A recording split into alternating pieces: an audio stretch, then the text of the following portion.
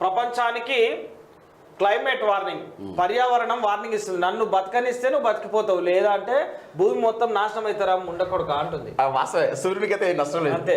సూర్యునికి అయితే నష్టం లేదు, సూర్యునికేమో నష్టం, మనకే నష్టం, మనమే జాగ్రత్త ఉండాలి, మనమే కాపాడుకోవాలి. రిజర్వేషన్లు 65% కుదరదు. బీహార్లో రిజర్వేషన్లపై పాట్నా హైకోర్టు తీర్పు, సుప్రీంకోర్టు విధించిన 50% పరిమితి దాటొద్దంటున్న వెల్లడి.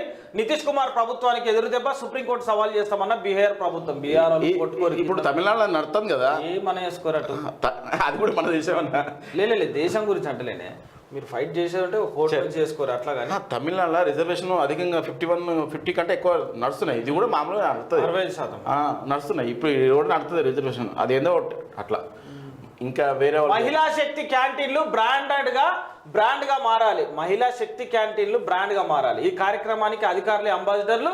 మంత్రి సీతక్క గ్రామీణ మహిళలను పారిశ్రామికవేత్తలుగా మార్చడమే ప్రభుత్వ లక్ష్యం.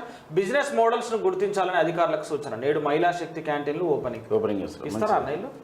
ఇస్తారంట కదా, ఆల్రెడీ ఇస్తారు. ఆ మేడం హోమ్ మినిస్టర్ పదవి ఇస్తే బాగుంటుండే, ఇవ్వాలి. ఇస్తే ఇవాళ తెలుసుదా? ఇవాళ ఏమో అనుకుంటారు, అది ఇప్పుడైతే జరుగుతట్లేదు. బీఆర్ఎస్ ఎమ్మెల్యే మైపాల్ రెడ్డి ఇంట్లో ఈడీ సోదాలు మస్తుగా సంపాదించారు మామూలుగా. మంచి ఆయన సోదరుడు మధుసూదన్ రెడ్డి బంధువుల ఇంట్లో, ఆఫీసులోను మొత్తం 10 ప్రాంతాల తనిఖీలు. కీలక డాక్యుమెంట్ స్వాధీనం, అక్రమ మైనింగ్, మనీ లాండరింగ్ ఆరోపణలతో కేసు నమోదు. 341 కోట్ల సీనరేజీ ఎగ్గొట్టడంతో మధుసూదన్ రెడ్డిపై గతంలో కేసు. ఇవాళ కూడా తనిఖీలు కొనసాగే ఛాన్స్. 341 కోట్లు ఎగ్గొట్టాడు. ఎంత దారుణం చూడు. మొగోళ్ళే ఇద్దరు అన్నదమ్ములు కదా, ఏం చేస్తారా పైసలు నాకు అర్థం కాదు.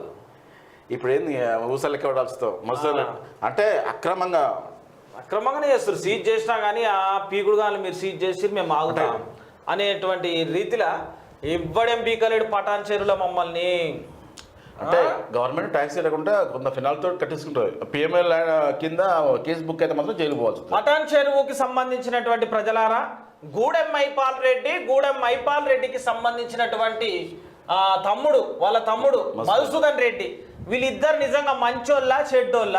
వీళ్ళు నిజంగా కబ్జా కోరులా, లేకపోతే వీళ్ళు దాన ధర్మాలు చేసేటోళ్ళ, లేకపోతే వీళ్ళు నిజంగా మందిని ముంచేటోళ్ళ, వీళ్ళు మందికి సహాయం చేసేటోళ్ళ? మీరు ఏమనుకున్నా సరే ఈ మాటకు సంబంధించి వీళ్ళు నిజంగా ఎసొంటోళ్ళు ఏంది కథ అనేది కామెంట్ రూపంలో చెప్పుర్రి. ఎందుకంటే ఈడీ సోదాలు వీళ్ళ దగ్గర జరుగుతున్నాయి. ఈడీ సోదాలు వీళ్ళని పట్టినాయి అంటే వీళ్ళు నిజంగా ఎంతమందిని ముంచిర్రో, ఎట్లా సంపాదించిర్రో, ఇన్ని కోట్ల డబ్బు ఎడికెళ్ళి వచ్చింది, 341 కోట్ల రూపాయలను వీళ్ళు ఎట్లా ఎగ్గొట్టిర్రు, ఏంది కథ? వీళ్ళ మీద అభియోగమా, లేకపోతే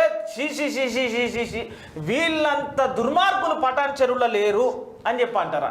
ఇక మీరే చెప్పాలి ప్రజలారా. ఈ రోజుల ప్రజాప్రతినిధులు మనం దుర్పిని పెట్టి వెతికినా మంచోడు దొరకాలంటే కష్టం ఉంది.